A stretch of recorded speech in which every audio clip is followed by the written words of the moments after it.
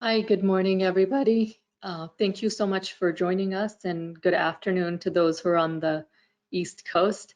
We'll be talking today about harnessing resilience and neuroplasticity. And as most things are nowadays, this is going to be discussed in the time of COVID-19, as the topic suggests. However, all the things that we'll be discussing today can also be used at times that are non-COVID times, and hopefully we come upon those times soon. I know that most of us have had a pretty significant change to our life, our lifestyle, the way we function as a result of the pandemic that we're in the midst of, and I hope you and your loved ones are well at this time. So we'll go ahead and start looking through some of the topic that we're going to cover. So as the description shared, stress is known to have a detrimental effect on emotional and physical health, as well as our longevity. And at this time of great stress, it's important that we try to find ways to maintain and hold our resilience. And we're going to look at some neuroscience bases as well as other studies which show that the brain has an immense capacity for change. And we'll continue to look at ways that we can harness not just this neuroplasticity of our brain, but also resilience so that we can thrive at a time such as this pandemic. Okay, so we'll just go over a few core topics that we'll be discussing. So we'll be discussing resilience today. And what is resilience?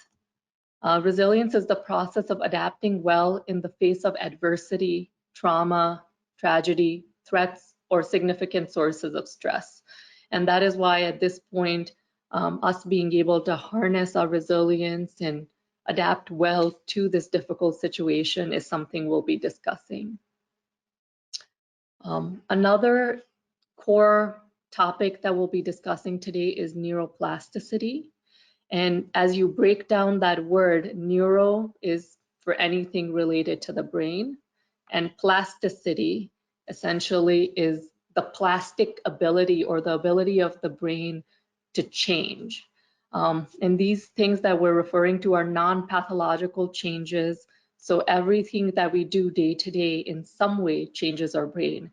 You sitting here listening to this webinar today is also likely causing some sort of neuroplasticity to come through in your brain, and your brain structure is likely changing as a result. This term was coined by the father of neuroscience, who is Santiago Ramon y Cajal.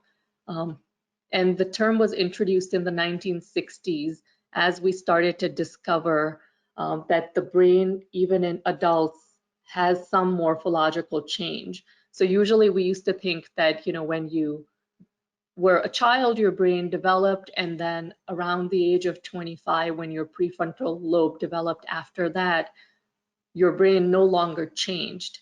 And so I even remember as a kid, parents would tell us things like, oh, don't hit your head somewhere, don't fall down, you're going to lose some brain cells and you're never going to have those come back. And people would have this concept that somehow you'd lose IQ over time because your brain cells would continue to be lost. However, now we know that that is really an incorrect concept, and the brain repeatedly and constantly reorganizes itself, and it continues to develop new connections throughout our lives. So all the way from the day we're born till the day that we die, we use the brain's capacity for neuroplasticity.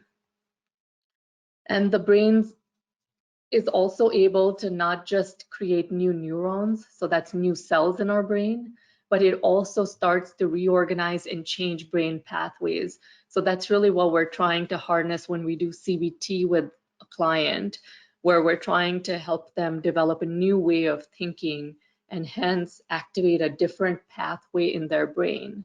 And so sometimes we talk to our patients about needing to really repeat these new things that they learn.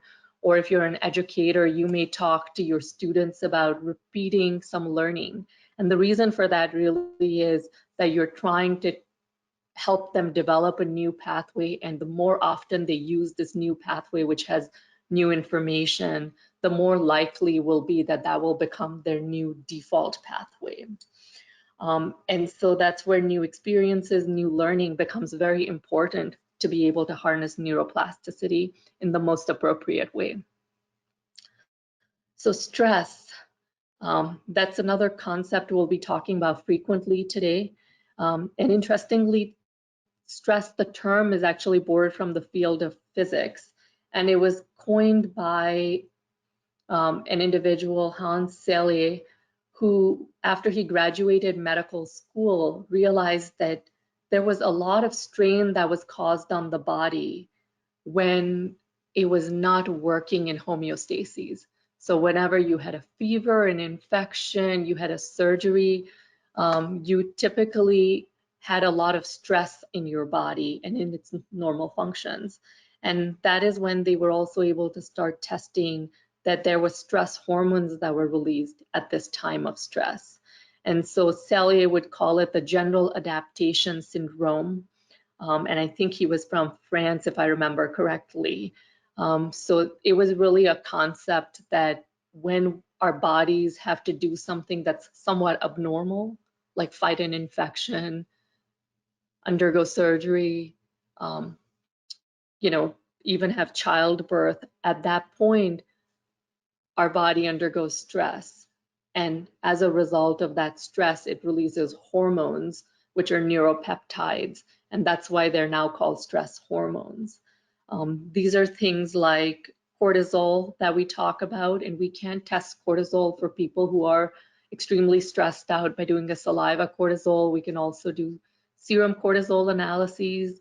And these are some things that we may use even at a place like Sierra Tucson when we have individuals who come for trauma treatment, because we're really trying to see if their autonomic nervous system is in a state of upregulation due to something like stress. Stress can be of two types, and not all stress is bad. So I think about like even having to give this webinar today, and early this morning at about 6:30 my time, I was supposed to send it to our organizer, Courtney, and I was quickly looking through the slides, making sure, you know, all my slides were in correct order, my transitions were okay. And that was a form of what one would call an acute stress.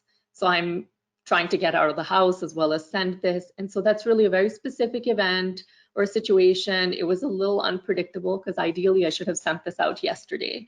And I didn't feel like I was fully in control. So I did have a bit of a stress reaction.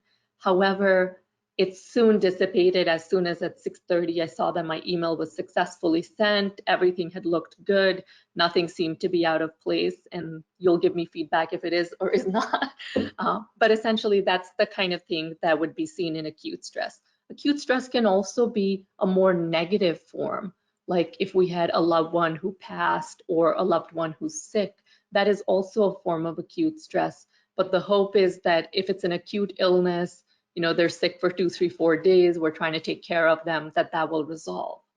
However, the other form of stress that comes about is chronic stress. And this is with repeated exposure to situations that cause that same sort of stress response. And when you have chronic stress is when it starts to cause wear and tear on our mind and body. So to some degree, when we talk about COVID-19, back in March, it felt more like an acute stress. Oh, we're suddenly going to all have to stay home, change our lifestyle, figure out who's going to take care of our patients, how we're going to manage our lives. But now that it's been 2 months, it's getting to the point of chronic stress. We're continuing to have to think about, you know, who we're interacting with, who we can see. I've recently met people who've not been able to see their elderly parents. I myself have not been able to see my mom for about 10 months now. I was supposed to visit her 2 months ago, but had to cancel the trip. And so that type of thing starts to cause more of a chronic stress on us. And this can also be somebody who's had a trauma exposure and then is repeatedly reliving it, as we might see in something like PTSD. And so that takes us to the topic of traumatic stress. And And traumatic stress as a concept emerged about 4 decades ago. And we consider that neurobiological, psychological processes, social attachment, all of those contribute to really cause this traumatic stress and develop the full spectrum of symptoms that are associated with traumatic stress. And we usually look at about the 3 E's of trauma. So one is the event. What was the traumatic event? So we were talking earlier, it could be the loss of a loved one. How did I experience the event? What did it feel like to me? If it was a sudden passing of somebody that was really unexpected, it may feel like, my world has been shaken. I don't quite know how to function beyond this. And then the third part becomes the effect that it has on me. And so that may be that, I could have a pretty strong grief response, be withdrawn, not really be able to engage in my day-to-day life and my work, may not be able to feel joy anymore. And so this is where traumatic stress starts to become very problematic. And looking at an event that was deeply distressing to us, which is how we define trauma here at CR Tucson, and something that overwhelms your capacity to cope, which is why you're having that negative effect on you and not really being able to work with your emotions or get back to a place where you're being able to engage fully in your life. And so that's, I think, a way that we realize that we in some way have really tested our capacity for resilience at the time. And so we're wanting to look at what are ways that even in spite of traumatic stress, what are other factors that we can enhance to improve our level of functioning? And then also, how do we really approach traumatic events for patients that we're working with as well? And then the various types of trauma, I'm sure all of you already know. I'm not going to read them off. I think the slide is there for your review later. And with COVID-19, this really is trauma. Being away from our loved ones, not being able to travel and live our usual life. Some people may be isolated because they live alone at home. Others may be feeling disconnected, feeling sick, not really having anybody to care for them. And so as we look at all of this, this is really causing that stress response, which we know, especially when it's prolonged and starts to go into the realm of chronic stress, is something that eats at us and starts to really tear away at our psychological functioning, our ability to cope, as well as on our physical health, because we know that chronic stress, like the situation that we may all, some of us, and I think most of us are in right now, is something that starts to affect our immune system, starts to affect how our stress hormones are released, how our body is adapting. So again, those are the various impacts of traumatic stress. Also managing cognitive processes, which I didn't mention earlier. So we'll look at a few slides from now, which really starts talking about how we respond physiologically to traumatic stress. And cognition is one of the pieces that gets impacted once stress gets to a point of being overwhelming and too much. So we talk about the prefrontal lobe, which is unique to human beings, essentially becoming disconnected from our more emotional areas, and hence memory, attention, thinking all go out of the window. This is also a place where we may feel like we're somewhat dissociated, and that's essentially where the concept of dissociation comes from. Also difficulty regulating behavior, expressing emotions. We may be yelling, snapping at people, not really behaving in ways that are typical for us. And then the physiologic homeostasis is really what gets affected, like I was saying, with the stress hormones. So blood pressure can be higher, heart rate is higher, chest tightness, feeling somewhat even agitated sometimes, like truly a physical feeling.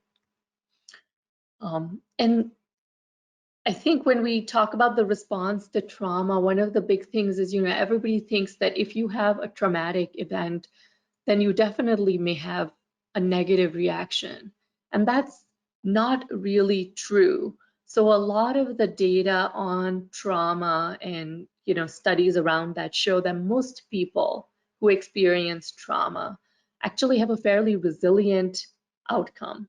So we don't want to overstate or understate the role of resilience, because about 5 to 14% of people, so 5 to 14% of people who undergo a traumatic event will develop PTSD.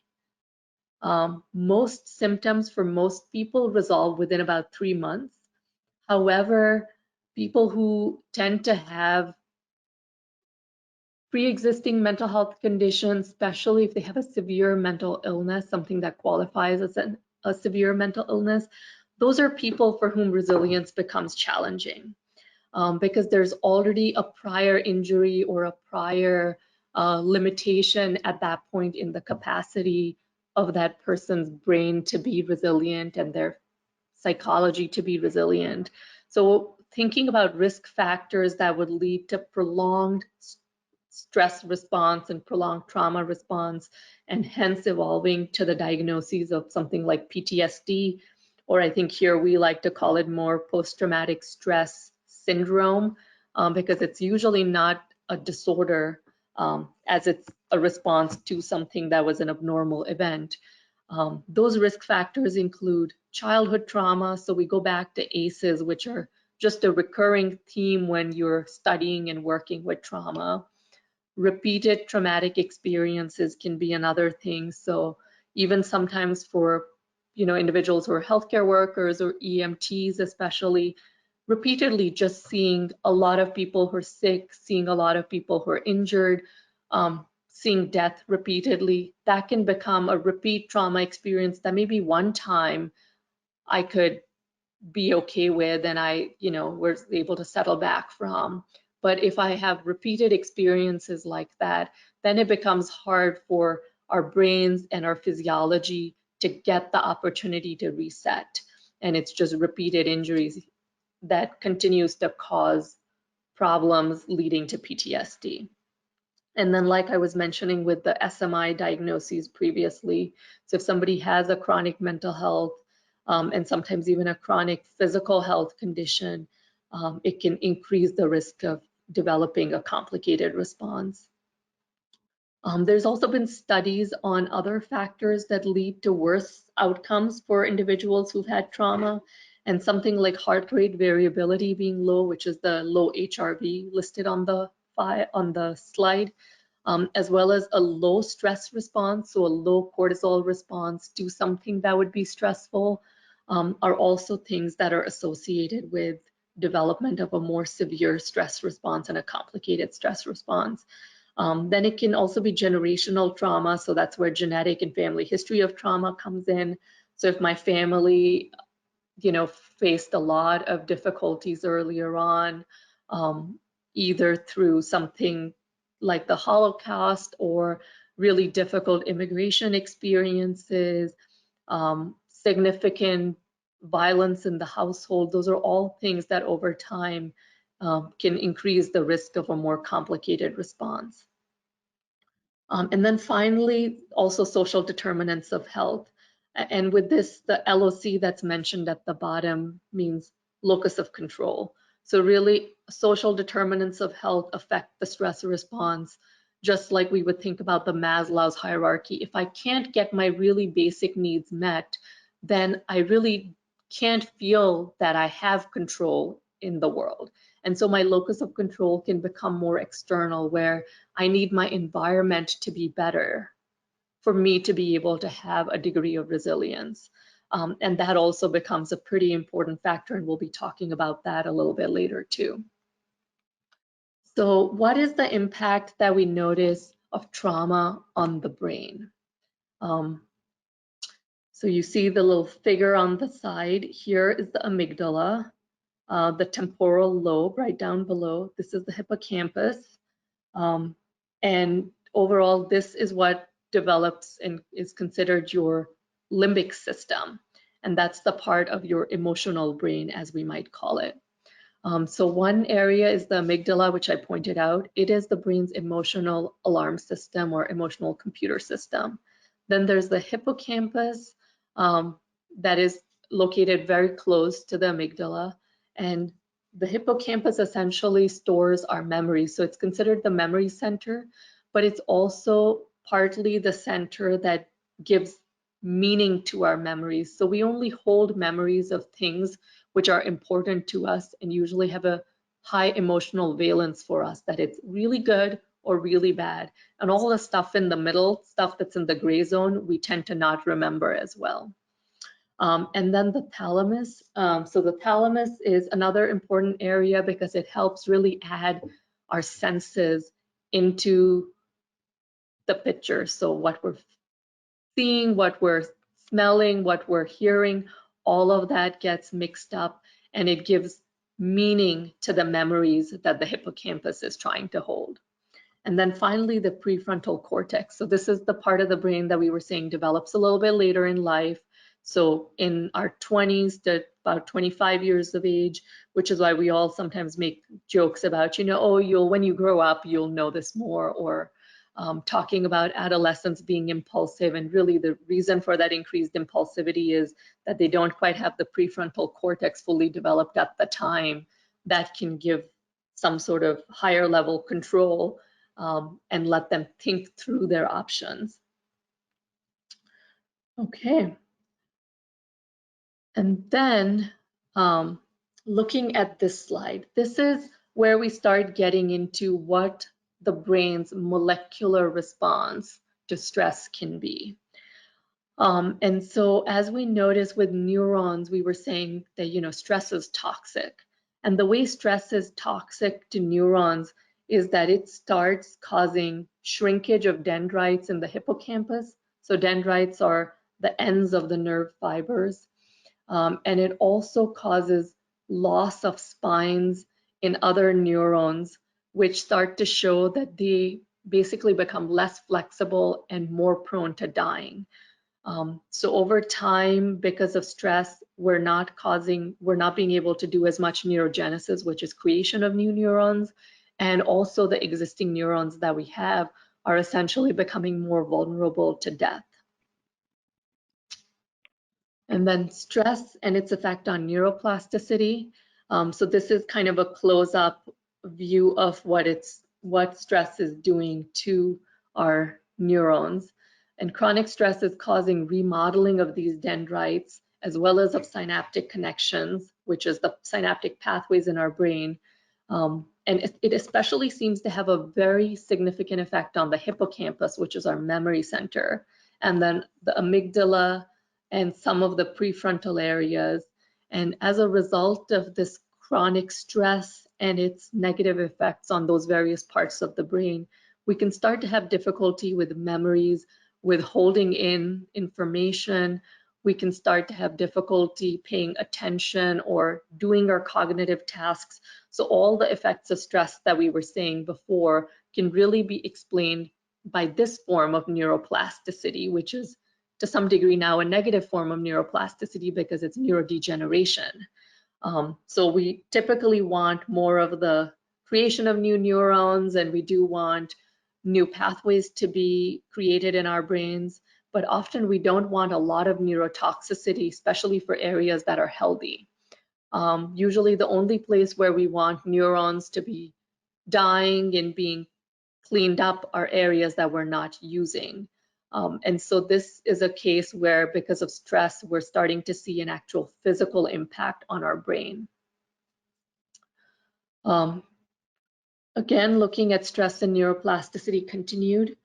So this is the slide where I was saying we'll talk about how stress can be good and then stress can be bad. Some of you may already be familiar with this U-shaped curve or inverted U-shaped curve.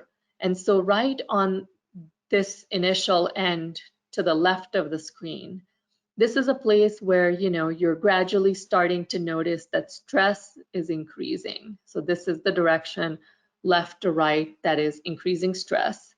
And then we start seeing from on the other axes, from the bottom to the top, increased engagement of our neurons. So to some degree, as we have a little bit of stress, like I started to have this morning when I realized I hadn't sent my slides, my stress level started to increase up here. So I went from sort of waking up, relaxing, laying in bed to saying, oh, I did not send my slides. So this is where that stress was good for me. It made me get out of bed. It made me quickly run down and start to make sure all my slides were in place and send it out. So this was a good thing. It caused increased synaptic transmission. My neurons were firing. I was able to quickly get that thing done. However, if the stress is to continue and, like now in the time of COVID or with any other chronic stress, if it were to keep on increasing and then also maybe increasing in the overall amount, then it starts to gradually lower our brain's ability to engage cognitive functions. So we start seeing that synaptic transmission is a little too much. You are not really being able to learn the really important things. You're getting stuck on minutia. Gradually, it starts getting to the point that you no longer have adaptive plasticity, which is that you're no longer doing neurogenesis in response to new learning. And then it gets to the point that you're actually starting to have a loss of resilience. So beyond that point of maximum capacity, essentially our cognitive capacity also goes down along the same curve, and so does our brain structure responses. And you start to see that finally, if there was way too much stress on the body and the mind, is where we can start to see seizures, strokes, head trauma. This typically occurs more with physical stress also getting added on, but that's really the place where a person can go if stress cannot be kept in check and stress were to continue. So some molecules that are necessary for remodeling and hence neuroplasticity. There's BDNF, which most people have heard about. It's called brain-derived neurotrophic factor, and it's one of the major neuropeptides that facilitates growth in the brain. When BDNF is expressed quite a lot, so when we're able to do things that increase our expression of BDNF, it can actually start to block the effects of chronic stress. And on the other hand, in case our BDNF production for some reason becomes reduced, which can occur in various conditions, including depression, then our stress-induced plasticity will reduce, which means we're no longer being able to respond to stress in kind of that healthy way as if we're taking on a challenge. I think if you think about anybody who you've known recently who was depressed, you can think about that, because often when somebody's suffering from depression, at that time, previously, the things that that person could take on as a challenge become too much for them. And that can really be because that plasticity of our brain's ability to respond and create new neurons, new pathways is essentially affected. Another neuropeptide that we'd like to talk about is tissue plasminogen activator. This is also something that's really important for health of the hippocampus and the amygdala. So we also need this for responding to increased anxiety during stress, and it helps basically control the release of corticotrophin releasing hormone as well. Or sorry, the other way around, that corticotrophin releasing hormone, which is what increases the production of cortisol, the stress hormone, also actually regulates the tissue plasminogen activator release. And so it can be helpful to make sure that our body is responding appropriately to stress. And then talking about that corticotrophin releasing factor, that is what is again released by the hippocampus. It's what helps us manage our overall autonomic response and our stress response. And then there's another couple neuropeptides that it's helpful to know. They're not maybe as well known for most people. One is lipocalin 2, and acute stress can increase its production, and it also helps increase the response of our neurons and can hence produce anxiety type symptoms. And overall, if that anxiety and excitability goes on for too long, then it starts to become neurotoxic, which is why acute stress is okay, but once it becomes more consistent and becomes chronic stress, we don't really want to be in that place. And then finally, endocannabinoids. For anybody who is associating this with cannabis, that is really the same type of compounds that mimic what, or that cannabis or marijuana can mimic, are endocannabinoids. These are naturally released in our body, so we don't need to go out and get these. And there are lots of negative effects of cannabis, as people know. So just trying to make sure that that is a separate thing. Endocannabinoids are cannabis-like substances which are secreted by our own bodies and brains. And these are usually induced when the body is under a higher amount of stress and has higher corticoid response, or glucocorticoids, which are stress hormones. And it helps to regulate your HPA axis, and also tries to limit the amount of stress that you feel. Okay. Now looking at some effects of genes on stress and how resilience can be promoted in that scenario.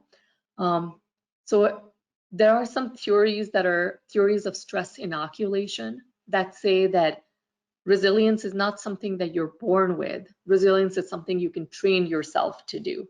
And I think that's the piece that we're really coming down to now, that resilience is good to have. And even if you look at yourself and think, wow, I'm not really a resilient person, that is something you can train yourself to do. It's sort of like going to the gym, and where we go to the gym and exercise our muscles. Similarly, resilience training is something you can do. It's also something that's really important for parents to know, that we do want to give our children just the right amount of stress, with them knowing that we'll be there to help them out if they need help, and to give them little challenges that they can realistically overcome, such that they can start to have that experience of resilience training and start to feel that they're capable, and start to build the skills for resilience that are important later in life as well. And there are genetically coded regions that are affected by this stress inoculation. So we talk about the HPA axes, we talk about serotonin, neuropeptide Y. Those are all things that are coded for by our genetics, and also can determine our baseline resilience, essentially. And over time, with the interaction of that genetics, our environment, and us trying to train ourselves in resilience, we can start to increase our level of stress resilience, increase our coping, increase our level of stress fitness. And so describing a little bit further that I think that account of stress resilience and stress inoculation, just to make it clear, when we talk about stress inoculation, we're talking about giving a person a moderate level of stress, along with teaching them skills that can help them reduce physiological and psychological perception of that stress or trauma, and hence giving them the experience of positive coping responses. So for any of you who do therapy work with clients, as soon as you start to piece out those different pieces of stress inoculation, you realize this is what we do day to day in therapy. We're trying to talk to patients about, what is an incident that happened in their life? How did they look at it? What are skills that they can use to overcome those stressors in their lives, so that they can feel that sense of positive coping? And this is something that I think, like I was saying in the earlier slide, is very important concept for parents to know, because as a child is developing and the child's brain is developing, stress inoculation for a child becomes very important. And there can be scenarios that the parent can create to help the child do that. So it can be giving them a small task to do, starting to give them some chores around the house. When the child is very little, even something like learning to tie your laces is something that will cause a little bit of stress for them. But then because you're there right along teaching them, how to make the bunny ears and tie their laces, that you're helping them positively cope. And when we're now working potentially with adult clients or adolescents, that's still a very important concept to have. And it's also a very important concept for ourselves. So if we're starting down the path of feeling really stressed out, feeling burnt out, we may want to start looking at ways that we can create small achievable goals and then feel like we've accomplished something. And like I say at the point at the bottom, military people, rescue workers are trained in a way so that they are put in simulation labs and given a level of stress so that they can work through that and come on the other side feeling really capable and resilient. And that's essentially what helps reduce their level of stress and improve their overall resilience. But again, with something like COVID-19, which has really hit the healthcare industry and healthcare workers the most, we do start to see even a point where that resilience reaches a breaking point due to just the enormous amount of stress that's there. So going back to that U-shaped curve, this is really just for your review, and you can compare it side by side with the one that we were talking about earlier. This one is specifically about performance or cognitive performance in comparison with the stress level. And then another slide which talks about how stress inoculation, so giving those small little bits of stress to overcome, can actually over time help you promote resilience. So the solid line here is just the control subject. So they, that's just their level of resilience. We tested them against stress exposure, their cognitive performance. This is the curve that we got. And then when we do stress inoculation for somebody, we increase their level of stress. And then over time, we notice that this entire curve shifts to the right and even the peak moves up. So this person, after doing some stress inoculation exercises, essentially has been able to not only increase the peak of performance that they can have, but also has been able to increase the total level of stress that they can manage while continuing to function. And this is what I'm hoping at the end of this webinar you're able to start doing for yourself, that you can start to practice some stress inoculation techniques, start to do other things that help build up resilience, and then be able to really improve your level of overall performance and also improve your capacity for managing and dealing with stress. So resilience is something, sometimes is looked at as, like we said again, like just a blank slate. You're resilient or you're not, or you're partially resilient, you're half resilient, you're lukewarm resilient. But what we start seeing in studies that have been done is that individuals could be resilient in one area, but not in the other. And so it can be that, if say a woman who's having some symptoms of depression has a baby, she may feel really confident around her parenting and feel really committed and be able to do the parenting to a higher level. But on the other hand, when it comes to dealing with her own depression, may not feel as capable. And so that is where you may see that just the motivation to take care of the baby may make it so, and the skills present and the things that she's been reading and learning, that they're able to take care of their baby, but then not really feel as confident or as resilient when it comes to the biologic condition like depression. And so I think this is where it becomes important to think about how resilience is not just about the person, that resilience can really be separate based on what the situation is. And you can flourish at the same time in one aspect and feel like you're languishing at the other. And so it becomes important to start looking when we work with our patients, not just that, oh, this person has anxiety or depression, so they may not be resilient, but to really question, okay, so maybe in the context of anxiety, trauma, depression, they're not able to be resilient, but they may be a really resilient person on other aspects of their life. And so we want to make sure that we're not just taking the overt symptoms that they're having right now as the end point of their resilience, and we're trying to peel those layers off and starting to hear from them what their capacities and capabilities in other realms are. Another important thing to think about in terms of resilience is that resilience is not just an individual factor, and that resilience is really important to consider as the capacity of both the individual as well as their environment and the interaction between the two that can improve their ability to work. So if there were political processes, funding, family structures, etc., that were holding the person back, then to some degree, just their personal agency or their personal resilience may not be enough to overcome the environmental factors.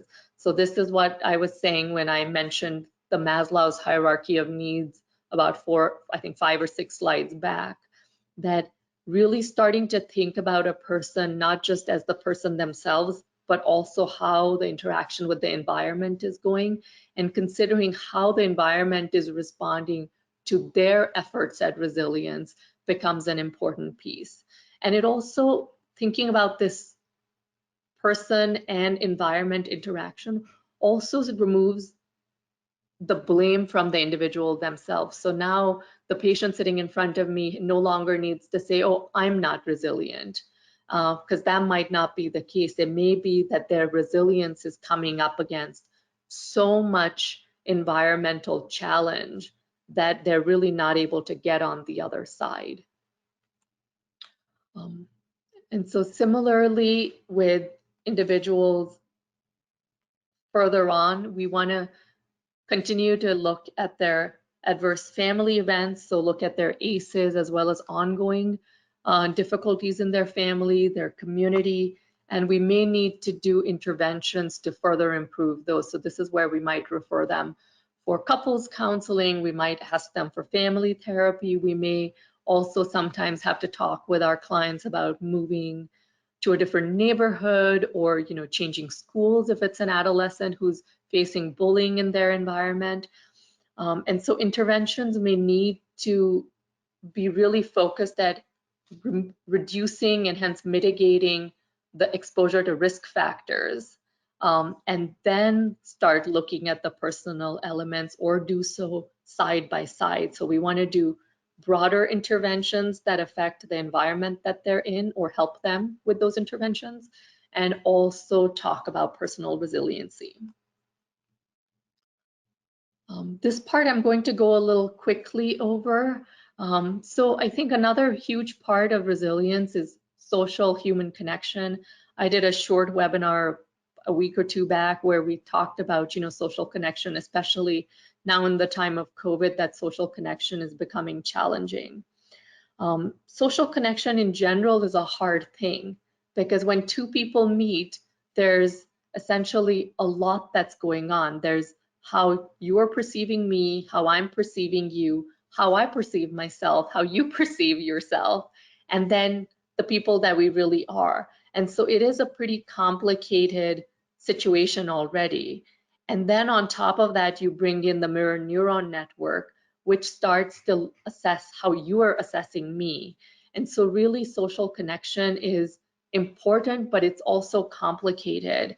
And it's important to start looking at how a person is perceiving their relationship, starting to look at their environment, essentially to see if they have support or not within that, and to start to assess cognitive distortions that they may have resulting from their own perceptions about other people. And some of the things that we want to try and encourage are increased social support or social competence, engaging in volunteer work, and also engaging in things that we would consider under the umbrella of pro-social behaviors. So doing things to improve our overall social network and capacity. And this is usually mediated by neural hormones such as oxytocin, vasopressin, which help increase trust, compassion when we do things that are pro-social. So going up to a stranger, striking up a conversation, smiling at somebody in the grocery store. Those are all pro-social behaviors that we can do to increase the feel-good hormone like oxytocin, which can then start to give us a feeling of being more connected with other people and being able to feel more resilient as a result. We also want to focus on our internal world, and so therapeutic techniques that we might want to consider when we're working with individuals who are under a lot of stress and have had trauma is we might try to evoke the present. So that's grounding techniques like mindfulness, other forms of meditation. We also may want to have them feel a little bit liberated from their past trauma. So we can do things like expressive arts therapy for individuals who have some difficulty with emotional expression verbally. We may do other forms of exposure therapy to start to break the chain of behaviors. We could also do narrative exposure therapy, which helps them take charge and start to have a little bit more of an internal locus of control around their own story. And then we also want to do therapies which essentially process and reassociate stimuli. So those can be reconstructions of trauma that they've had before. So something like even sensory motor psychotherapy could be tried with something like so as to impact traumatic symptoms that the person may be feeling. And this is really a way to start bringing the individual back to the present. Because often in the face of traumatic stress, we realize that individuals start living either in the past with traumas that have occurred or in the future with worries about traumas that they think may be coming their way. So just summarizing other psychotherapeutic approaches that could be helpful, there's cognitive processing therapy, prolonged exposure, EMDR, somatic experiencing, and NET. And those all fall under the pieces that we discussed at the last slide. I did not want to skip biologic treatment, so I also wanted to mention that antidepressants, essentially the way that they affect change for individuals who are depressed or have traumatic response or have PTSD, is that they are also able to reinstate a plastic state, and they do so by increasing typically BDNF levels. And so where you look at this arrow, so you take the antidepressant, it increases serotonin, etc., like we typically think, and that helps to increase plasticity by releasing BDNF. And then the individual is able to adapt and change. So essentially, antidepressants create a potential for change where now I could potentially start to think differently, start to look at my environment differently. And so even when patients are not very keen on medication and want to use more psychotherapeutic approaches, this is really the piece where I may try to encourage them for medication treatment because I want to try and enhance their ability to have neuroplasticity. Other biologic treatments that also enhance neuroplasticity are cognitive remediation, which can be done with medication or inoculated with medication, TMS, which is transcranial magnetic stimulation, ECT, or electroconvulsive therapy, and they all seem to increase BDNF and hence neuroplasticity. But we have to remember that the reason we say whenever somebody has moderate symptoms of trauma or depression that we want them to take medication plus therapy is that medications really only cause the potential for change. And we do need the psychotherapeutic elements to be added on to make sure that that change is happening in the right direction. Because like we mentioned, somewhere in the middle of the presentation, neuroplasticity can start occurring in a negative direction as well. And you could be building on chains of synapses and synaptic pathways that are going in a negative direction. So we want to make sure once we start giving a patient some medication or treatment that is supposed to enhance neuroplasticity, that we're also giving them very targeted tools and skills to build so that the neuroplasticity is really occurring in the direction of positive neurogenesis. So finally, I think the summary of all of this is that we may not be able to control the events that happen to us, but we can decide not to be reduced by them. And this was said by Maya Angelou, who's probably one of the historic figures that I most look up to for just her brilliance and calm and everything that she did to foster resilience in herself and her community. And as a summary of all the different pieces that we can encourage for ourselves and our clients to enhance and harness neuroplasticity, and as a result also resilience, is regular physical activity, mindfulness-based stress reduction, loving kindness meditation. Loving kindness meditation is a Buddhist practice which I had done a brief webinar on, I think a week or two back. And if you at all want the meditation script from that, we'd be happy to provide that. Mindfulness-based stress reduction can be done in MBSR trainings and specific groups that are available. There's a couple different organizations that do MBSR trainings, and you can even get certified to be an MBSR therapist.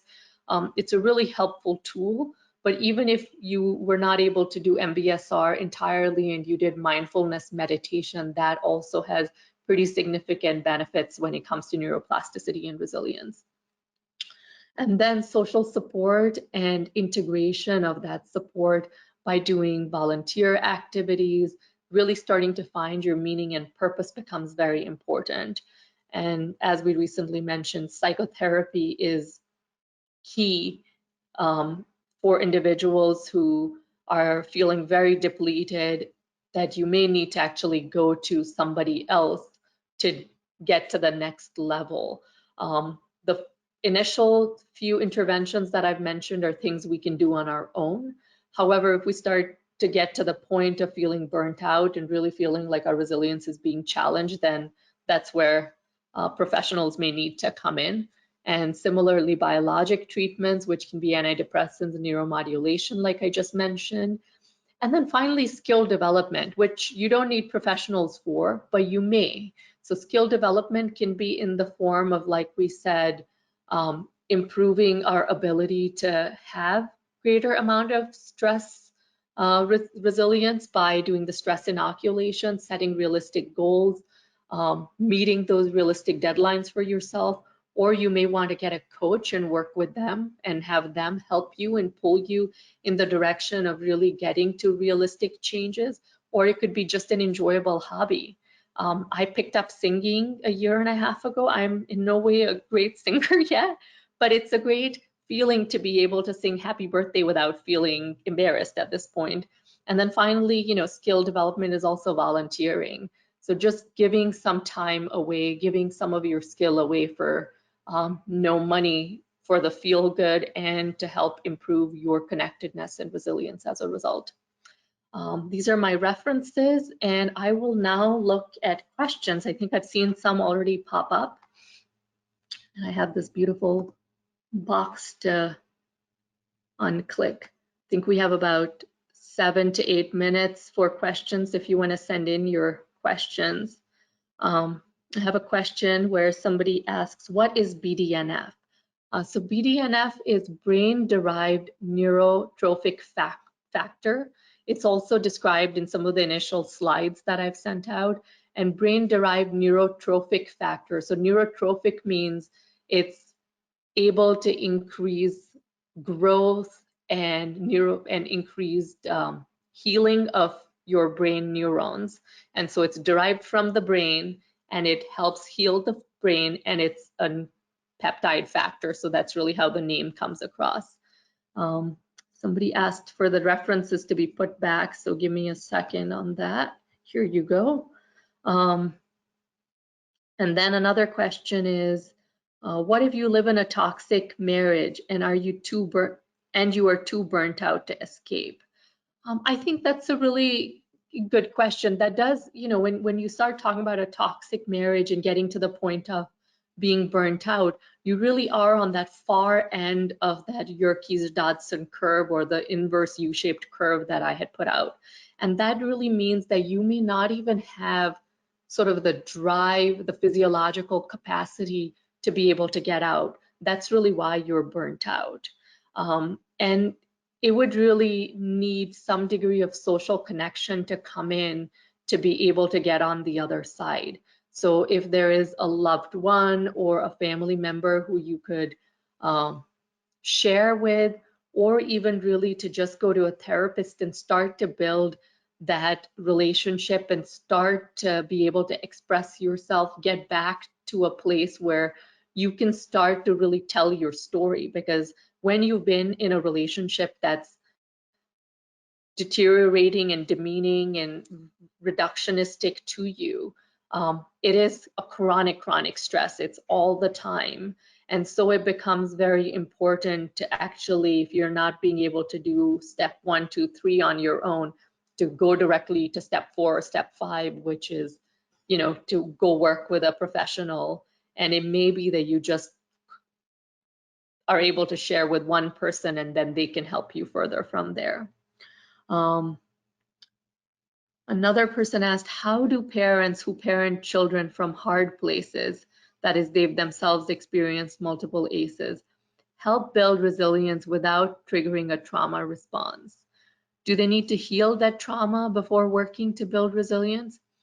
That's a really nice question. I think that's where we have to start to separate out what, even for the child, what is the child less resilient around and more resilient around, and to assess the child's level of capability at that time, and to really give them essentially a challenge near. So in psychotherapy, we talk about, or in psychodynamic psychotherapy, we talk about experience near, that you have to stay very close to your patient's lived experience, and you can just go about one step ahead of them. And so similarly for the children who've had a lot of trauma, that when you want to give them a challenge, you want to give them a challenge that's only a step ahead of where they think they're capable of being. And obviously, if the child has been through very severe trauma to where their nervous system is dysregulated, they're having an intense stress response, that is going to take a toll on their brain development. And so it would be very important at that point to maybe get a professional involved. There are psychologists who do parent behavior training who can, come out and give you a third person view. And it's not really a question about the parent's own skills or ability, but we are so emotionally connected to our children that it's hard to be fully rational and be able to look at the situation clearly. So it can be helpful to have a professional in that type of scenario. Somebody asked, is there an online resilience screener? There is one. I can't remember the exact website where it's available for free. But Pamela, I have your question and I will find it and send it to you later. Thank you for asking your question. Another individual asked, why is the COVID situation causing so much irritability? So irritability is essentially part of the trauma response. And so when we think about irritability, it comes out at a time that we're starting to get on the other side of our inverted U curve. So we've gotten to the point of peak performance and now we're just going down the other side. So I can tell you that that happened to me this week.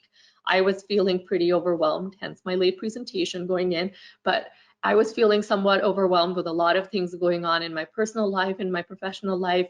And even I noticed myself snapping at people, or once in a while asking my coworker, do you really need to talk to me? Is it really that important right now?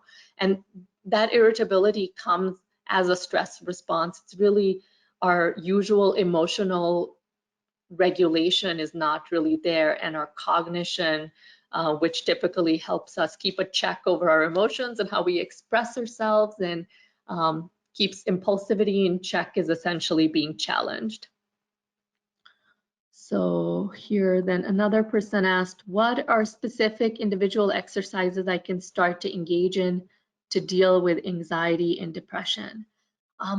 At a very personal level, I think if you can start to do some physical activity, if you have not been able to, I know gyms are closed essentially countrywide and are slowly starting to open, but even if that's a nice walk, that's important. That might be the first thing.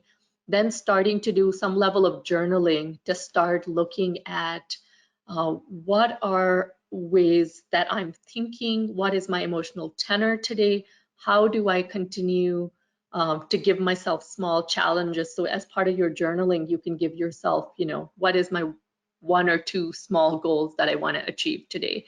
It may just be, I'm going to have a nice conversation with my partner, or I'm going to, put together dinner today. Those may be all you need to do. Other things that can be really helpful if you have the time and the energy is this is really a great time to start a mindfulness practice, or even other form of meditation. Like I really like loving kindness meditation that helps increase compassion. That may be another one. There are apps out there like the Calm app, Insight Timer, etc., that also have meditations that you can just listen to and do. So those can also be very helpful. So those may be some individual things that you can definitely start to do on your own and that don't take a lot of resource. We're at the top of our time, so I'll have to stop taking questions at this point. If there are questions that you've sent that have not been answered, I will try to get to them after the webinar is done. And for the one individual who had asked about a specific resilience screener, I will definitely send that out as well. If others would like it, please let Courtney know. She'll still be on the webinar and getting your responses and such, so we'll work with those. And again, to remind you, the handout for this presentation is available as part of the webinar, so feel free to use that. I tried to be cognizant that people would be reading it without all the beautiful changes and transitions, animations that I had put in, so hopefully it's still pretty readable. Thank you so much for your time and attention, and hope you stay well, and sending good wishes to you and your loved ones. Bye-bye.